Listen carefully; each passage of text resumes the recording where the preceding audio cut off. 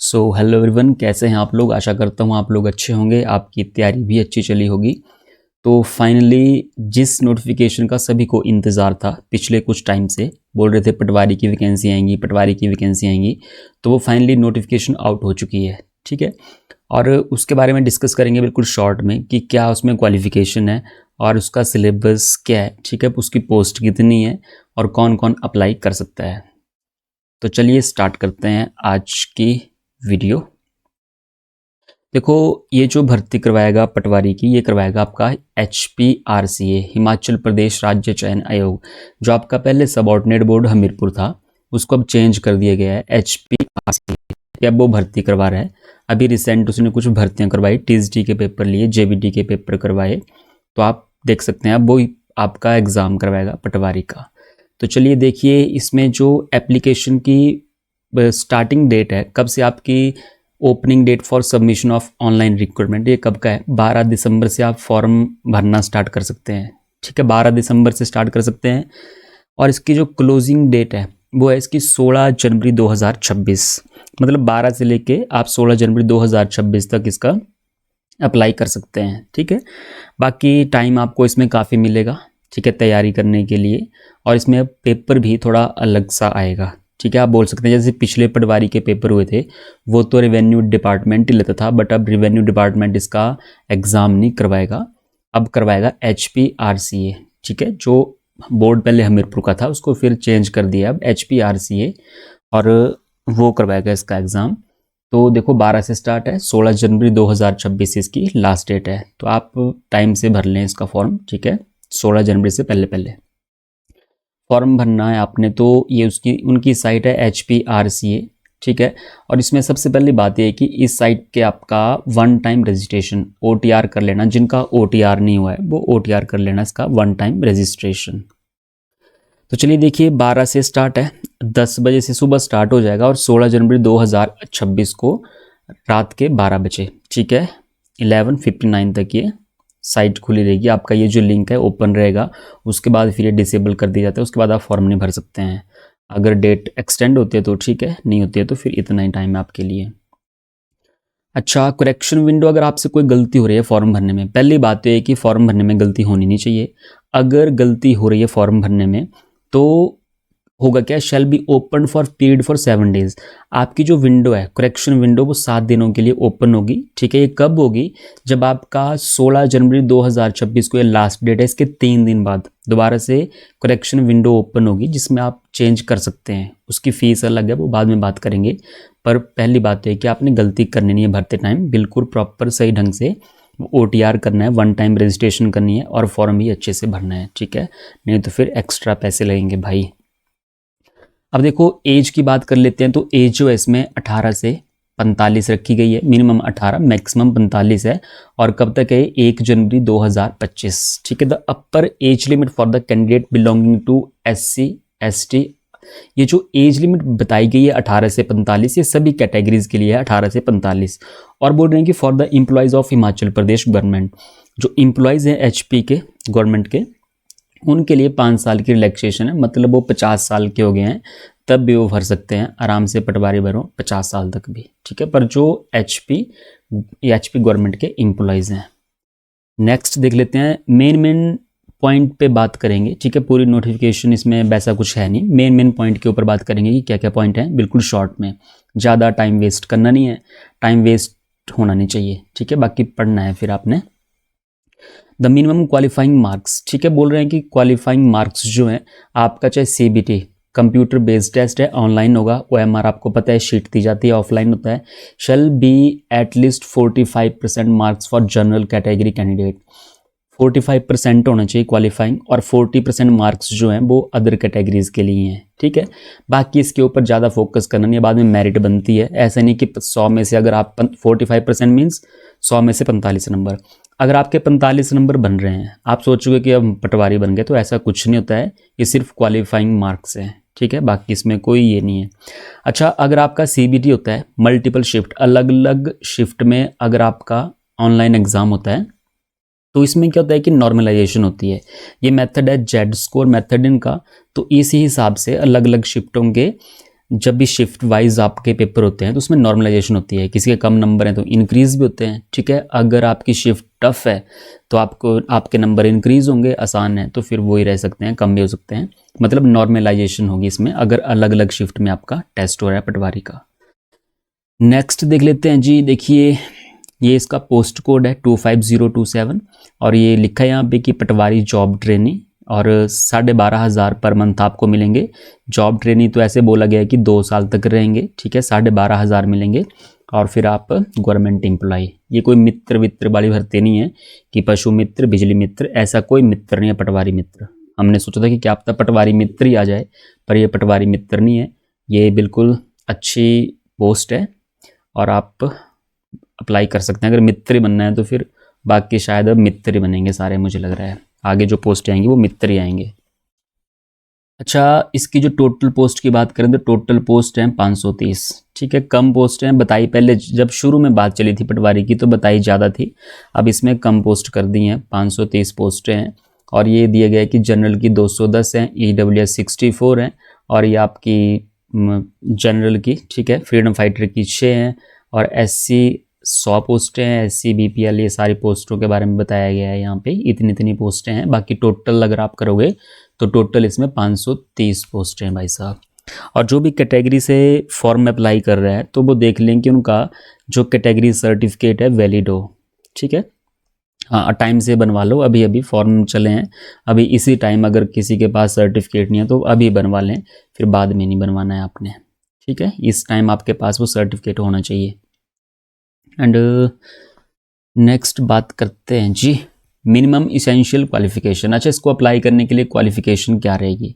इसको अप्लाई करने के लिए जो क्वालिफिकेशन है वो आपकी रहेगी जी 10+2, ठीक है, 12th पास आप होने चाहिए, ठीक है, किसी भी आप HP के स्कूल से आपने +2 पास होने चाहिए, मतलब इसकी जो क्वालिफिकेशन है वो +2 है, ठीक है।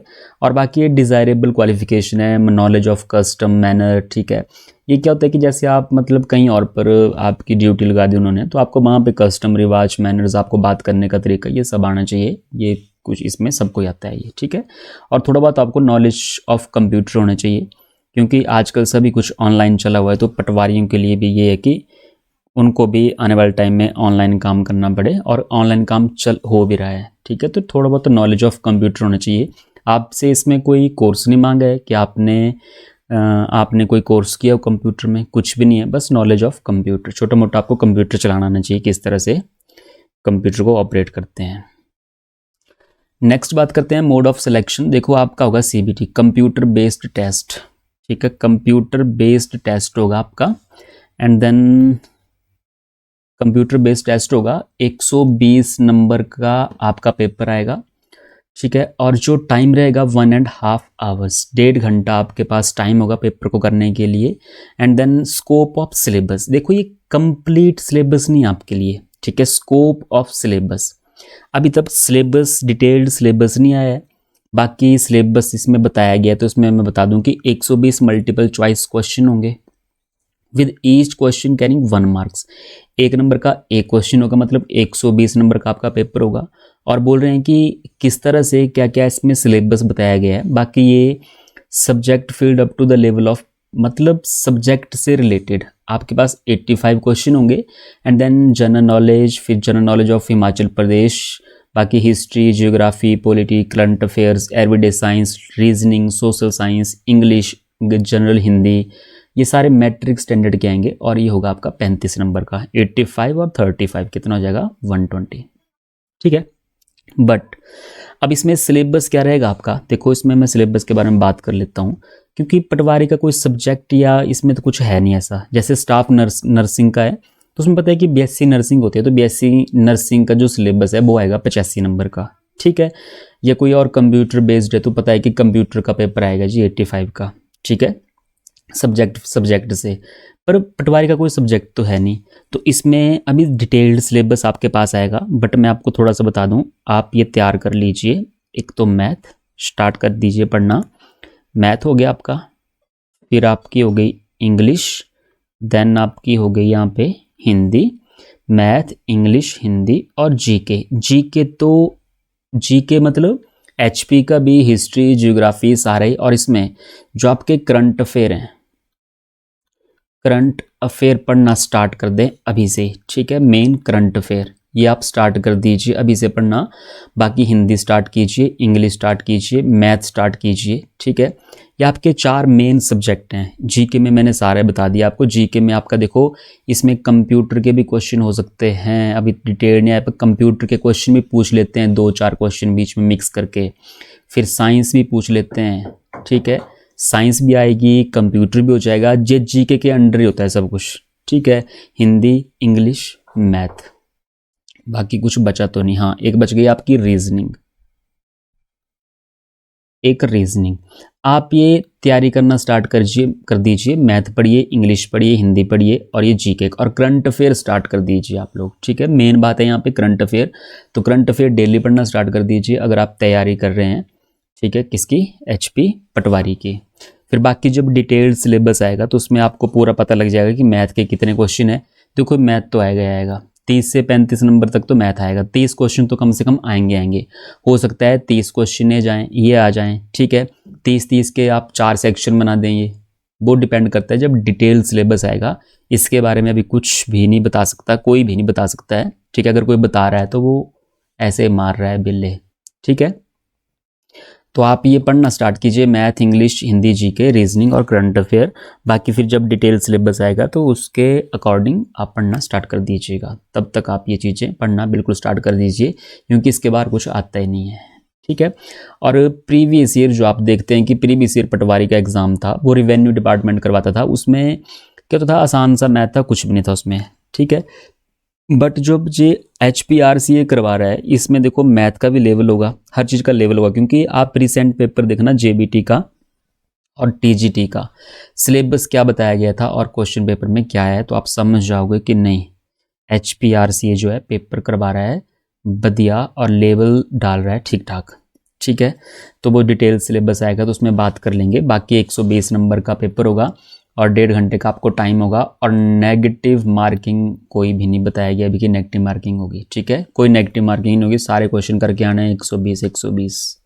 और कंपटीशन इसमें काफ़ी अच्छा रहेगा, ठीक है, क्योंकि बहुत सारे लोग भर देंगे फॉर्म। ये 18 से 45 है और बहुत सारे लोग फॉर्म भरेंगे, बट तैयारी तो कोई करेगा अच्छे से, ठीक है। तो तैयारी भी आप अच्छे से करना और बिल्कुल डटे रहना।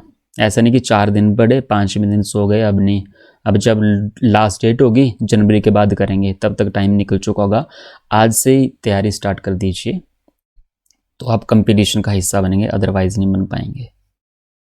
देखो examination and other processing fees, देखो जो आपकी फ़ीस है वो रहेगी 800 रुपये, ठीक है। सभी कैटेगरीज की बोल रहे हैं कि जी 100 रुपये तो हम ले रहे हैं सब कैंडिडेट से एग्जामिनेशन फ़ीस है, और 700 रुपये प्रोसेसिंग फ़ीस है। इनकी प्रोसेसिंग फ़ीस बड़ी ज़्यादा है भाई, 700 रुपये, ठीक है। 700 और 100 कितना हो गया आपके पास? 800। देखो पहले आपका जो HPSSB बोर्ड था वो जब पेपर करवाता था तो वहाँ पे लगते थे शायद 360 या 300 रुपये, मान लो, चलो ठीक है 300 रुपये 400 रुपये लगते थे, और लड़कियों के लिए फ्री होता था। इसमें कुछ नहीं, इसमें सारे बराबर कर दिए कि 800 रुपये, 700 रुपये तो प्रोसेसिंग फ़ीस है। वैसे आपको पता है कि HP जो गवर्नमेंट है थोड़ी घाटे में चलती रहती है, घाटे में चली हुई है, चलती क्या रहती है, घाटे में चली है, तो फिर ये फ़ीस 800 रुपये है यहाँ पे। एंड अगर आपसे पेपर में नहीं, सॉरी, आपसे अगर इसमें फॉर्म में कोई गलती हो रही है, आपको पता लग रहा है कि गलती है, तो आपको जब लास्ट डेट हो जाएगी उसके 3 दिन बाद, ठीक है, 7 दिनों के लिए करेक्शन विंडो ओपन होगी। अगर आप कुछ करेक्शन करना चाहते हैं तो 100 रुपये लगेंगे करेक्शन के, ठीक है। आप इसमें करेक्शन कर सकते हैं, बट करेक्शन करने की नौबत आनी नहीं चाहिए, नहीं तो 100 रुपये और लगेंगे। पहले से ही अच्छे से भरो पेपर, कुछ उसमें छूटना नहीं चाहिए जो भी उसमें पूछा गया है ना। कुछ लोग कैटेगरी नहीं भरते हैं, फिर बाद में पता लगता है वो कैटेगरी तो भरी नहीं हमने, ठीक है। तो बिल्कुल अच्छे से भरना पेपर, और सर्टिफिकेट आपके पास पूरे होने चाहिए। Admit card. No admit card will be sent by post, and provisionally admitted candidates will have to download their respective admit cards from the official website of the HPRCA. Admit card जो है आपको site पे मिल जाएंगे, HPRCA की site पे। Form भरने के बाद जब आपका पेपर होगा उससे पहले बता देते हैं कि एडमिट कार्ड आपके आ चुके हैं, डाउनलोड कर दीजिए। आपके घर पे पोस्ट में नहीं आएंगे वो कि आपका एडमिट कार्ड आया, पहले आते थे इस तरह से। और आपको फ़ोन पे, ठीक है, जो आपका रजिस्टर्ड मोबाइल नंबर होगा या ईमेल आईडी होगी, उस पर आपको मैसेज आ जाता है कि एडमिट कार्ड आपका आ चुका है, और आप अपनी एप्लीकेशन आईडी, नाम और डेट ऑफ बर्थ डाल के एडमिट कार्ड डाउनलोड कर सकते हैं। कहाँ से? HPRCA की साइट से। तो बस ये बातें थी इसमें पटवारी की नोटिफिकेशन में। तो इसमें ज़्यादा कुछ ऐसा है नहीं कि मैं अब कुछ भी बोलता रहूँ अपनी मर्जी से कि नहीं ये सिलेबस ही है, ऐसे करो वैसे करो, ठीक है, कोई फ़ायदा नहीं है। शॉर्ट में इतना ही है कि इतनी आपकी स्टार्टिंग डेट इतनी है, क्लोजिंग डेट इतनी है। और आपकी रही सिलेबस की बात, तो मैंने पहले बता दिया, आपके पास मैथ, इंग्लिश, ठीक है, हिंदी, मैथ, इंग्लिश, हिंदी, और आपके पास रीजनिंग और जीके समुद्र है, पूरा महासागर है, आप ये पढ़ते रहें, ठीक है। HP का भी हिस्ट्री, जियोग्राफी, पॉलिटी, सब कुछ। और मेन जीके में मैं आपको बोलता हूँ करंट अफेयर पढ़ना स्टार्ट कर दें, ये सबसे ज़रूरी चीज़ है आज की डेट के एग्ज़ाम के लिए। बाकी मैथ तैयार कीजिए, इंग्लिश तैयार कीजिए, हिंदी और रीजनिंग स्टार्ट कर दीजिए धीरे धीरे पढ़ना, ये सारी चीज़ें आएंगी पेपर में, ठीक है। अगर सोचेंगे बाद में पढ़ेंगे तो बाद में कुछ नहीं होगा, टाइम बीत जाएगा, पेपर आ जाएगा और आपका सिलेबस भी कंप्लीट नहीं हो पाएगा। तो कंप्लीट कीजिए सिलेबस, देन फिर प्रैक्टिस कीजिए और पेपर को फोड़ दीजिए, तोड़ दीजिए, मरोड़ दीजिए, जो भी आप कर सकते हैं, ठीक है। तो ये थी HP पटवारी की नोटिफिकेशन, और अब मिलते हैं नेक्स्ट वीडियो में, ठीक है। वैसे मैं आपको बता दूं, एक मैथ का फाउंडेशन बैच मैं चलाऊंगा फ़िलहाल, ठीक है। मतलब रिकॉर्डेड क्लासेस हैं मेरे पास, तो मैं उनको डालूंगा भी, ठीक है, चैप्टर वाइज डाल दूंगा। अगर आपको HP पटवारी, ठीक है, आप आर्मी की तैयारी कर रहे हैं, SSC JD की तैयारी कर रहे हैं, तो मैथ फाउंडेशन बैच है, उसमें आपको सब कुछ मिलेगा, तो आप उसमें से तैयारी कर सकते हैं। बाकी मिलते हैं फिर अगली नेक्स्ट वीडियो में, तब तक के लिए बाय, टेक केयर, धन्यवाद।